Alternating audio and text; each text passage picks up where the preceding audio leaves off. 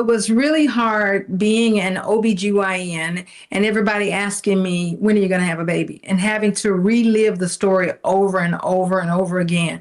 But what people don't realize is that when we talk about infertility, we don't realize that it's not as rare as people think it is. It really is happening a lot. Women are waiting a little later in life, and age is one of the greatest factors to get pregnant. And so definitely there is always what's wrong? Why don't you have kids?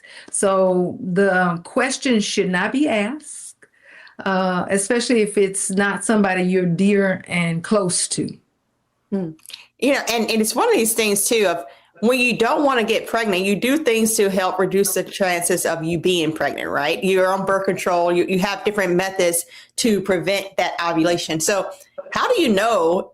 And, if you are struggling with fertility or may struggle with fertility before then, are there any tests that you can do that can lead you to saying, hey, if I want to have children, I need to be maybe harvesting my eggs now as opposed to waiting for later?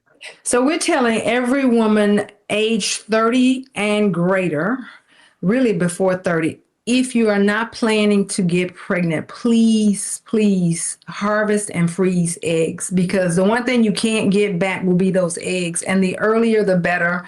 And definitely it's timing, but the quality of eggs will be important too. And the more mature, notice I don't use the word age or older, the more mature you are, the less quality of eggs, the less number of eggs you'll have. So we're telling every woman, if you can, please harvest and freeze your eggs by the age 30, no later than 35.